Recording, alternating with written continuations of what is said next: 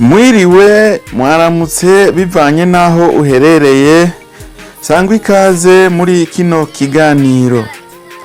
Muri iki kiganiro cuno munsi turaza kugaruka ku buzima n'urugendo rw'umuririmbyi rurangiranwa w'umurundi ari nawe yitwa Kidumu Kibido. Kuva mu buto bwiwe turaza kumenya ivyiwe, agikorera umuziki mu Burundi i Bujumbura gushika kuba umwe mu baririmbyi b'ivyamamare muri Afrika y'ubuseruko, eka mbere no muri Afrika yose muri rusangi. Turababwira umuririmbyi Kidumu Kibido uwo ari we. Turababwira rero amateka yiwe yo mu buto, turababwira aho yize n'ivyo yize, turaza kubabwira ukuntu yagiye kuba mu gihugu ca Kenya, intambwe yateye mu muziki, ama award canke ubushimwe n'ibiteramo bikomeye yakoze. Turababwira umuryango wiwe n'ibindi vyinshi ivy'amateka yiwe. Bandanya mudukurikira, ukaba utaragira subscribe, fyonda kuri subscribe kugira ntuzocikwe n'ayandi mateka y'abaririmbyi bamenyekanye b'ivyamamare bamamaye kw'isi. Reka tumira amateka gatoya, turaje tubabwire amateka y'umuririmbyi rurangiranwa w'umurundi yitwa Kidumu Kibido.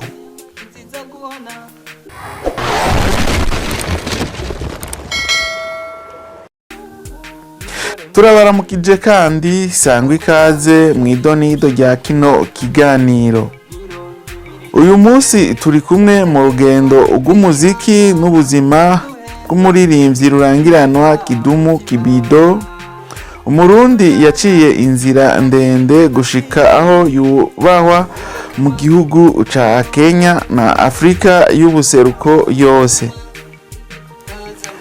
Aho yavuye, aho ageze, ibikombe yatsindiye, ibiteramo bikomeye yakoze, nuko yubatse izina ridasanzwe mu muziki wa Afrika y'ubuseruko.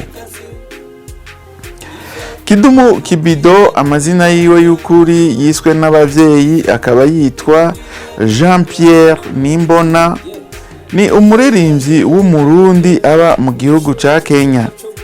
Yavutse ku igenekerezo rya 28 Gitugutu umwaka w'igihumbi kimwe amajana 974 mu Kinama mu ntara ya Bujumbura mu gihugu c'u Burundi.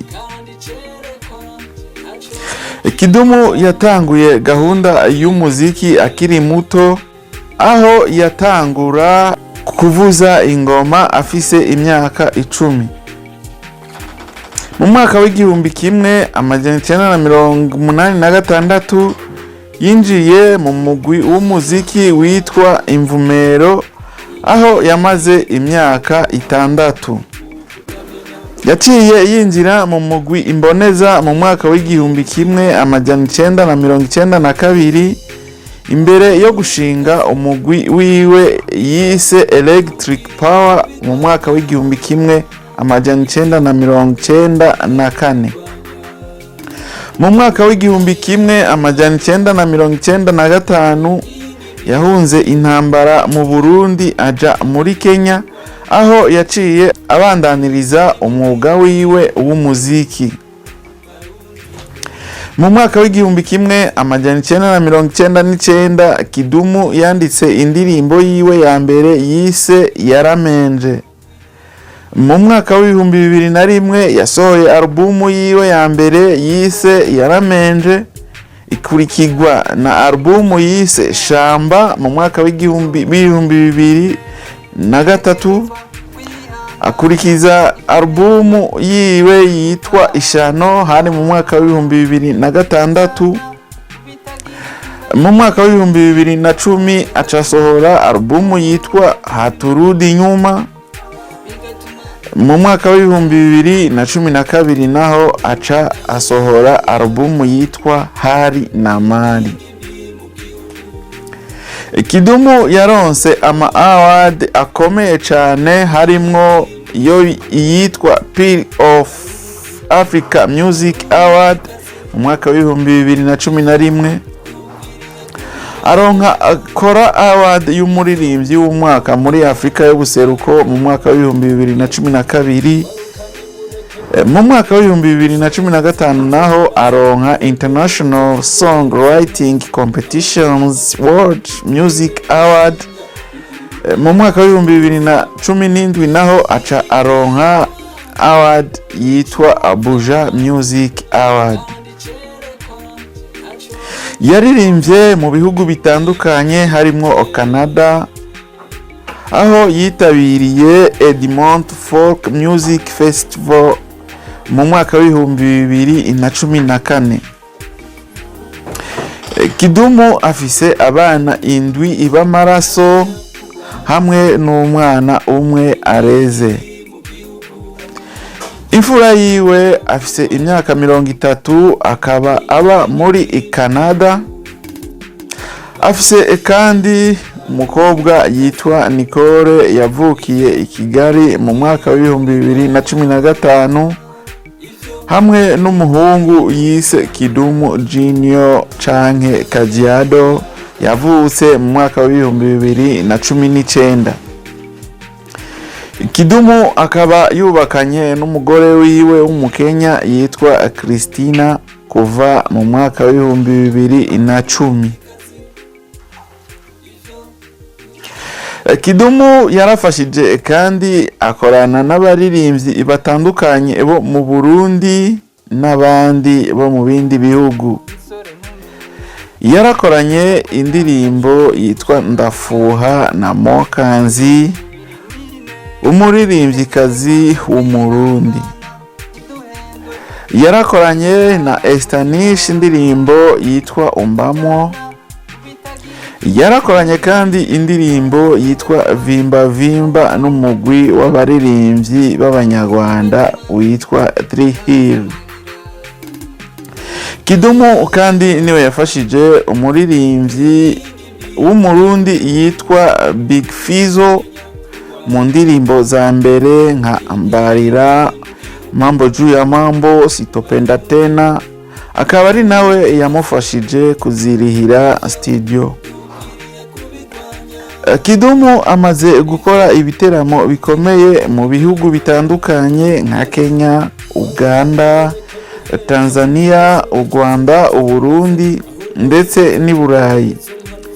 Yatumiwe mu mafestival akomeye nka Sauti za Busara Zanzibar, Blankets and Wine n'ayandi menshi. Yamamaye mu ndirimbo nka Mapenzi, Haturudi nyuma, Mulika Mwizi, Watu na Viatu, Nipe Nguvu n'izindi nyinshi. Kidumu yakoreye ibiteramo bikomeye i Dar es Salaam no mu yindi miji ya Tanzania. Afise abafana benshi kandi akunzwe cyane. Nubwo korabo n'abaririmbyi bakomeye ba Tanzania itarashigwa hanze, yagiye yifuza mu biganiro na Alikiba ndetse na Lady JD. Kidumu Kibido afise urubuga rwa YouTube rufise ibihumbi byinshi by'abamukurikirana. Aracakora indirimbo zifise ubutumwa bwubaka kandi ashira imbere ubumwe n'amahoro mu karere. Kidumu si umuririmbyi asanzwe, ni intwari mu muziki wa Afrika y'ubuseruko. Ubutumwa bwiwe bw'ubumwe, amahoro n'urukundo bwubatse imitima y'abantu benshi. Uyu munsi akomeza gufasha abandi baririmbyi kuririmba indirimbo zubaka sosiyete no kuzirikana igihugu c'amavuko.